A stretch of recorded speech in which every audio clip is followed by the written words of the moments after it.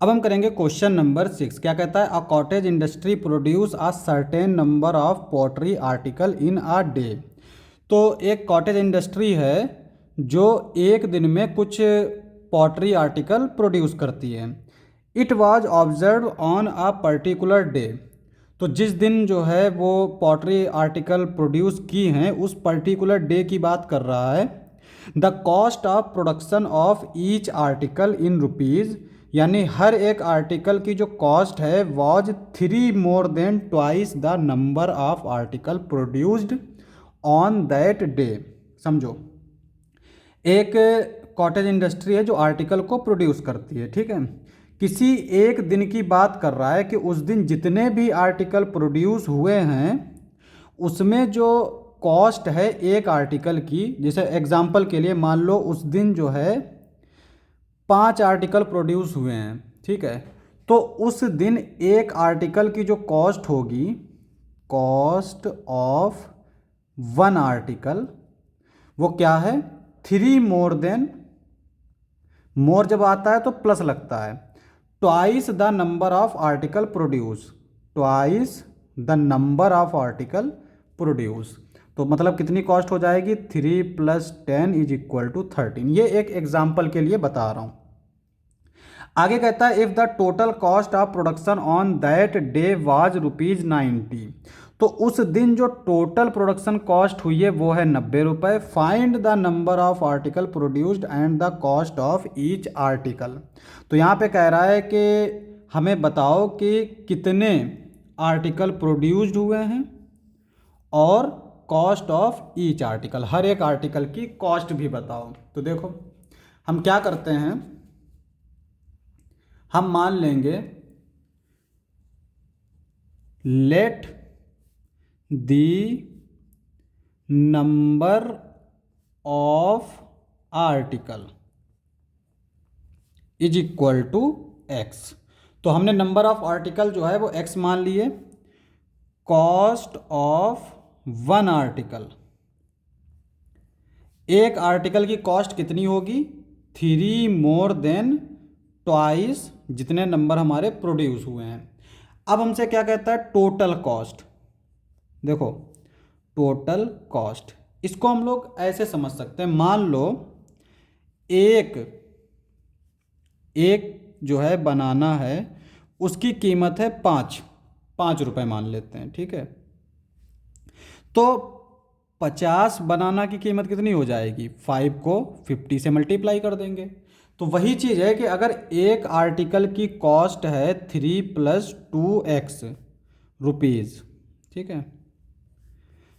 अगर एक आर्टिकल की इतनी कॉस्ट है 3 + 2x, तो x आर्टिकल की कितनी कॉस्ट हो जाएगी, x से मल्टीप्लाई कर दो, ठीक है। और टोटल कॉस्ट हमें कितनी दे रखी है, 90। तो ये हो जाएगा 90 rupees is equal to rupees x 2x + 3। अब इसको हम लोग इधर लिख लेते हैं, सबको इधर ले आते हैं या पहले मल्टीप्लाई कर लेते हैं। तो ये 90 इज इक्वल टू क्या हो जाएगा, अंदर मल्टीप्लाई करेंगे 2x², इसको इससे मल्टीप्लाई करेंगे 3x, ठीक है। और इसको हम लोग राइट साइड में लिए जाते हैं, तो ये आ जाएगा 2x² + 3x - 90 is equal to 0, ठीक है। अब हमें इसे सॉल्व करना है, यानी x की वैल्यू चाहिए। तो x की वैल्यू अगर हमें चाहिए होती है तो हम क्या करते हैं, पहले इसको और इसको मल्टीप्लाई कर लेते हैं। तो क्या आएगा हमारा 180। अब इसका प्राइम फैक्टराइजेशन कर लेंगे तो 2 से मल्टीप्लाई, 2 से डिवाइड करेंगे, 2 9 ज़ा 18 और ये 0। फिर 2 से डिवाइड करेंगे, 2 4 ज़ा 8, 2 5 ज़ा 10। फिर ये हमारा किससे जाएगा, 3 से, 15 3 ज़ा 45। फिर 3 से जाएगा, 3 5 ज़ा 15। फिर 5 से जाएगा, 5 1 ज़ा 5। अब यहाँ पे इस 3 को हमें ऐसे स्प्लिट करना है कि ऐड सब्ट्रैक्ट करने पर 3 आ जाए, मल्टीप्लाई करने पर 180 आ जाए। तो अब यहाँ पर देखो, अगर हम इन सबको मल्टीप्लाई करेंगे तो 180 आएगा। तो हमें क्या करना है, इनमें से वो नंबर उठा लेने जिनको ऐड या सब्ट्रैक्ट करने पर 3 आ जाए।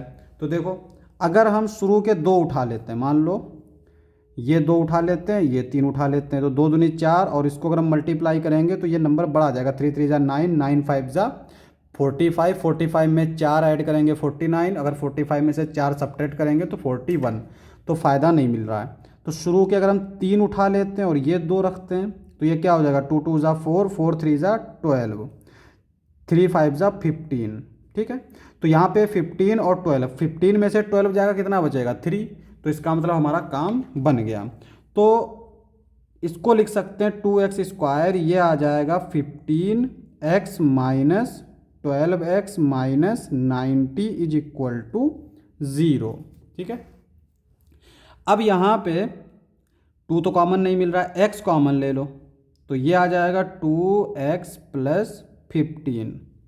यहाँ से कितना कॉमन मिल जाएगा हमारा, 6 कॉमन मिल जाएगा, तो -6 कॉमन ले लो, तो ये आ जाएगा 2x और 15 6 जा 90 इज इक्वल टू 0।